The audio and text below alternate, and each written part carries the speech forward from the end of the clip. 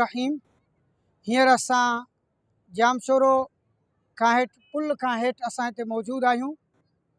हिन वीडियो पैगाम जे ज़रिए ऐं जमियत उलमा इस्लाम यूनिट मौलाना अब्दुल गफ़ूर कासमी नसीम नगर अली पैलेस जे साथियुनि खे बिलख़ुसूस ऐं अहल क़ासिमाबाद खे बिलउमूम ऐं सिंध सां हर मुहबत कंदड़ माण्हूअ खे हिन वीडियो पैगाम जे ज़रिए इहो दावत थो पहुचायां कि इंशाअल्लाह 6 अप्रैल ते हिन दरिया जे पुल ते क़ाइद सिंध अल्लामा राशिद ख़ालिद महमूद सुमरो साहिब ईंदा ऐं जमियत उलमा इस्लाम जे ज़ेर एहतमाम ज़बरदस्त तारीख़ सां एहतिजाजी मुज़ाहिरो थींदो।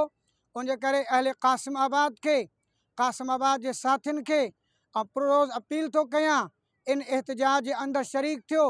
असांजे जमियत उलमा इस्लाम जो साथ ॾियो। अल्लामा राशिद महमूद सुमरो साहिब ईंदा, सिंध जो अरॾो फ़र्ज़ंद आहे, बहादुर पुटु आहे, उन जो साथ ॾियो। हिन हाल ॾिसो, मुंहिंजो कैमरामैन तव्हांखे ॾेखारे, हर तरफ़ ही वारी वारी आहे, डाउन स्ट्रीम खां हेठि पाणी न आहे। जेकॾहिं इहे 6 कैनाल जेकॾहिं ठहिया त पोइ हेठि पाणी कोन्हे, पर हिन पुल खां वठी करे सखर ताईं बि पाणी न हूंदो। पाणी जे बूंद बूंद जे लाइ, क़तरे क़तरे जे लाइ असां परेशान हूंदासीं। उनजे करे मुंहिंजी गुज़ारिश आहे जमियत उलमा इस्लाम जे हिकु हिकु कारकुन खे ऐं सिंध सां मुहबत कंदड़ हिकु हिकु फ़र्ज़ंद खे ऐं अहल क़ासिमाबाद खे त तव्हां बरसातनि जे मौसम में जॾहिं दरिया मौजनि में हूंदो आहियो, पंहिंजे ॿारनि खे वठी ईंदा आहियो, विज़िट कंदा आहियो, ख़ुशियूं मल्हाईंदा आहियो।